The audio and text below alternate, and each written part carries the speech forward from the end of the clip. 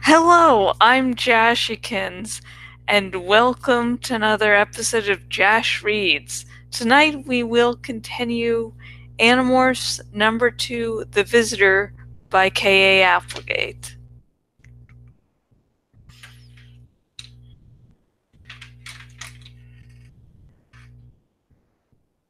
You, a threat? Fisher 3 laughed. He reached out with one hand to push lightly on Chapman's chest. Chapman fell back, sprawled out on the dirt. His head was just inches from the door of my cage. Tears were streaming down the side of his face. If you harm my daughter, I will fight you. I will fight you forever. Ask your Yerk if he believes me. He knows me better than anyone. Ask in his 226 if I will fight for my daughter. Chapman closed his eyes. The tears stopped. Then his eyes opened again. He picked himself up quickly from the ground and stood before Fisher 3. The Yerk slug was in charge again. He was once again a controller. Before he stood, I saw something that frightened me all over again. It was Chapman's watch. The time was now 9:28. I had about 17 minutes before I hit the 2-hour limit. The host will attempt to disrupt your work? Yes, Fisher. And the woman as well. She is not as strong as this one, but she was able to gain control of one hand. Perhaps she has deeper strengths than we knew. He hesitated before going on. I could still smell the fear on him. I am of more use with the passive voluntary host, but I am your tool, Vischer. I will do as you command. Yes, you will certainly do as I command, Fisher 3 said, but you have brought me the Andalite bandits. He nodded down at me. And this will occupy my time for a little while. Leave the girl. For now. Now get out. You tempt my patience. Chapman didn't need a second invitation. He jumped in the car and tore out of there. Melissa was safe. As safe as she would ever be with Chapman as her father. That was something. Not much, but something. Move out, Fisher 3 yelled. I saw the Hork-Bajir respond instantly to his command. The nearest one snatched me up, and suddenly we were moving fast toward the blade ship. In seconds, it would all be over. I would be aboard the vicious ship. I would leave Earth. The only thing in my future was pain. Maybe I would die before I betrayed my friends. A depressing kind of thing to hope for. So, what's happening now? Wow! I jumped and spun around inside my cage. Jake, is that you? Who else would it be? You know anyone else who would be a talking flea riding on your back? Jake, you were supposed to get away and be safe. Yeah, right. Like I was going to abandon you. Listen, I could hear Vischer 3's thought speech, but I don't know where we are.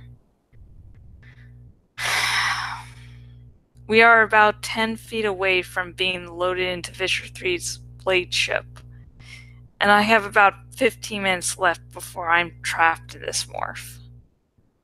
15 minutes? Great. If you have 15, I have 10.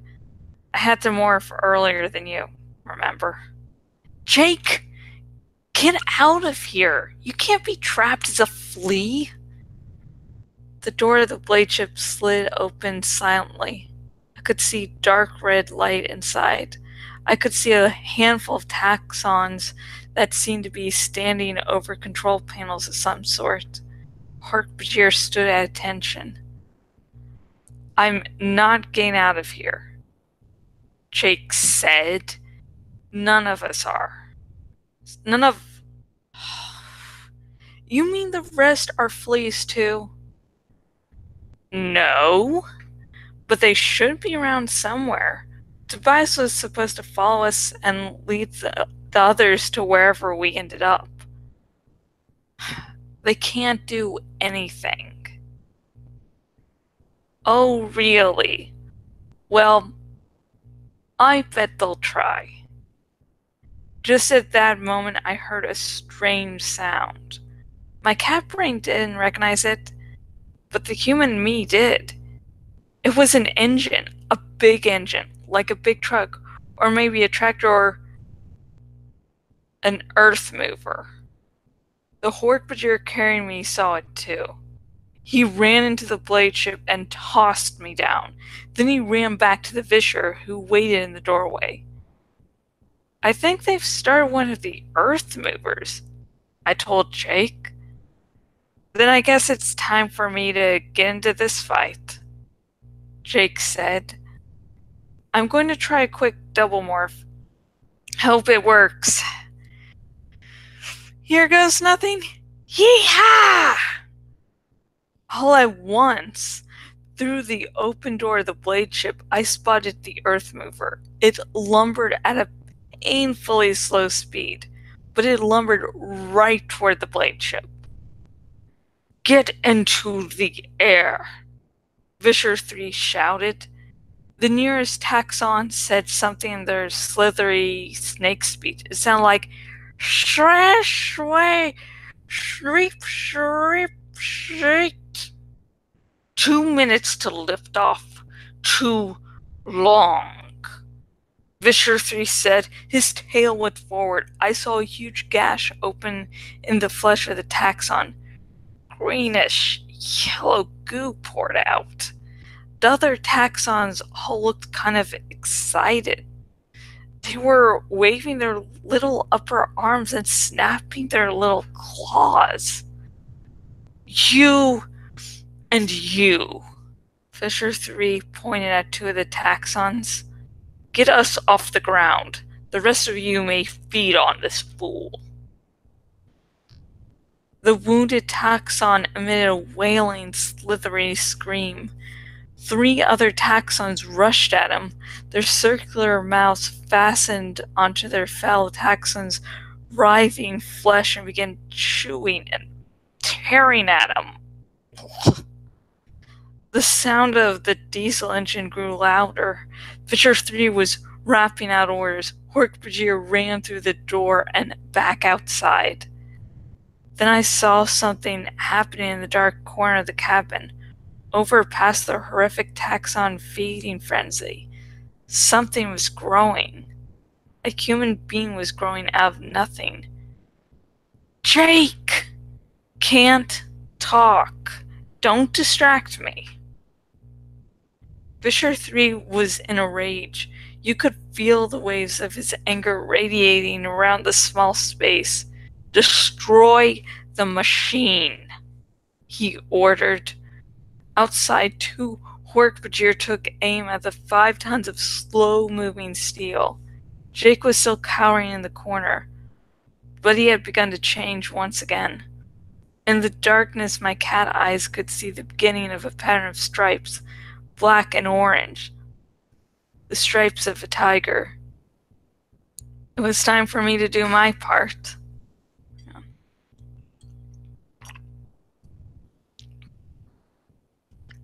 I concentrated. I felt the change begin. The cage grew small around me. Rumble, rumble, rumble.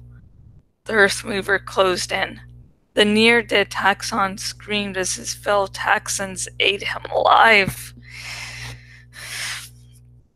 Suddenly, I saw a brilliant red light. There was a sizzling sound.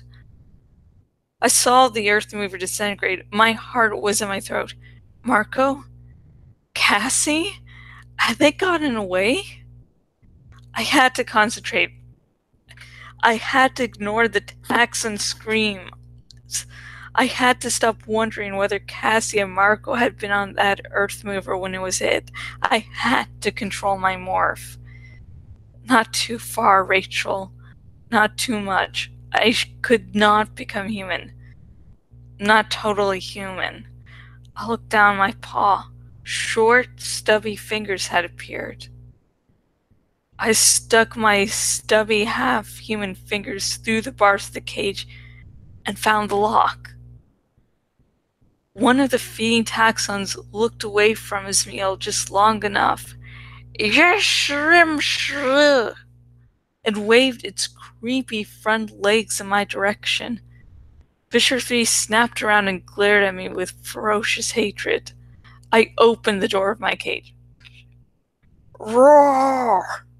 Jake leaped through the air, his huge claws outstretched. I flew out of the cage, a clumsy mass of fur and skin, a creature that was half cat and half human.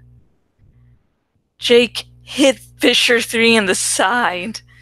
This time, you're mine, you jerk.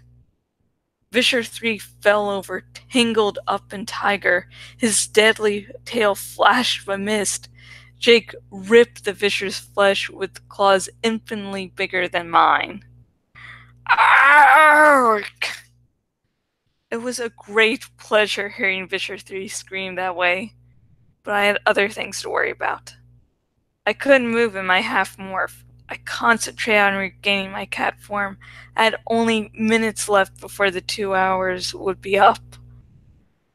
Jake rolled off Fisher 3 just as a handful of Hork-Bajir rushed to the Fisher's defense. Run! Jake yelled. Run! I agreed. We ran. I was back fully in Fluffer's shape. I could do 30 miles an hour, as fast as the fastest human being could run. Unfortunately, Hork-Bajir are faster. Jake was faster still, for short distances, fast enough to outrun the Hork-Bajir that were after us. But he wasn't going to leave me behind. Jake turned and came for the closest Hork-Bajir. I saw him flying over my head, a huge beast, orange and black striped. The Hork-Bajir went down hard. Get out of here, Rachel. You're too small to fight these guys. But there was still another Hork-Bajir on my tail, faster than me. Too fast. I dodged left. The Hork-Bajir shot past me. I turned back sharply, my little pad scrambling in the dirt. The Hork-Bajir grabbed for me, but missed. Something else was moving. Something big. The ground was rumbling. A second earth mover was grinding forward on its tank treads. Oh, Marco and Cassie had started another earth mover. I raced toward the nearest half-finished building. I had to get away, and I had to morph back. Time was up. In minutes, I would be trapped. I saw a dark hole. I flew toward it in a single leap. The hole led under a wall. Then it opened into a shallow basement. There was a concrete floor about 2 feet over my head. I was safe. Safe, and with room enough to morph back to human shape. I tried to concentrate. Out beyond my little concrete shelter, I heard growls and alien cries. I heard the rumble of the earth mover. I thought I heard the sizzle of Dracon beams. Human, I told myself. Return to human. Only minutes left. Then I felt a shattering noise. Then another. Another. It was like some giant was stomping around. The giant step stopped. I was frozen, unable to even think, let alone morph. Crash! All around me, pillars of rock hard scaled flesh, each as big around as a tree trunk, ripped into the concrete. Crunch! The concrete was lifted off me, torn away like it was paper. I was exposed, trapped, and standing over me with the shattered concrete floor in its mighty hand was a beast that seemed to be made of living rock. You won't get away so easily, Fisher 3 said. And that's where we'll leave you today. Or tonight, whenever you're watching this. I meant to get this out yesterday, but I actually had a very early doctor's appointment today, so I had to wake up early, so no time to actually record yesterday. So, yay! And one of the problems I have while doing these videos is that I record them at night, and I live with my dad, and he's asleep. So when it says, like, yell, I can't actually yell, and I don't know, it just fucking bugs me. This bugs me too. It's like, it says yell, but I can't yell. And I actually have very poor control over the volume of my voice. Like, sometimes I'll be like, oh, this is a normal volume, and they're like, you're shouting. And I'm like, oh, shit. But yeah. This chapter was, yeah. I just love Jake, Flea Jake. Like, so, what's going on? I just really, for some reason, I really love that part of this book, Flea Jake. So, what did you think about this chapter? Comment down below. I'd love to hear your opinions. Remember, no big spoilers. Minor spoilers, okay, but major ones, no. And so, some spoilers are okay, but others are like, no, that's going too far. That's like plot points, important things that will happen. It's like, no. But non-spoilery or lights, really minor spoilers, post away.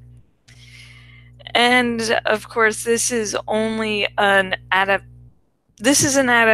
I'm taking the words off the pages and giving my own interpretation of those words. So, you should buy the book yourself and read the words. And hey, maybe you can follow along with your book to these horribly done videos.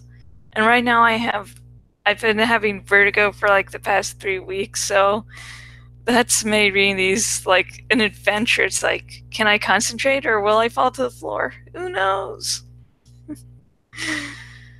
But yeah. Besides that, Animorphs is just a great series all around that you should definitely check out. In any case. And please, of course, please like and subscribe. Because I need attention. I live off of attention. Why the fuck do you think I vlog? I need the attention. And yeah, I think I covered all the bases of what I'm supposed to do. And now comes to the part of the video where I will take a little sip of some alcohol, and you can join into, just choose your favorite liqueur, alcohol, or whatever is lying around. Or if you don't drink for whatever reason, I'm drinking water tonight, so, water, tea, hot chocolate. So let's see. Let's hope that Season 8 of Game of Thrones is not as horrible as I think it's going to be. Because, you know, Season 7 was so well written. Here.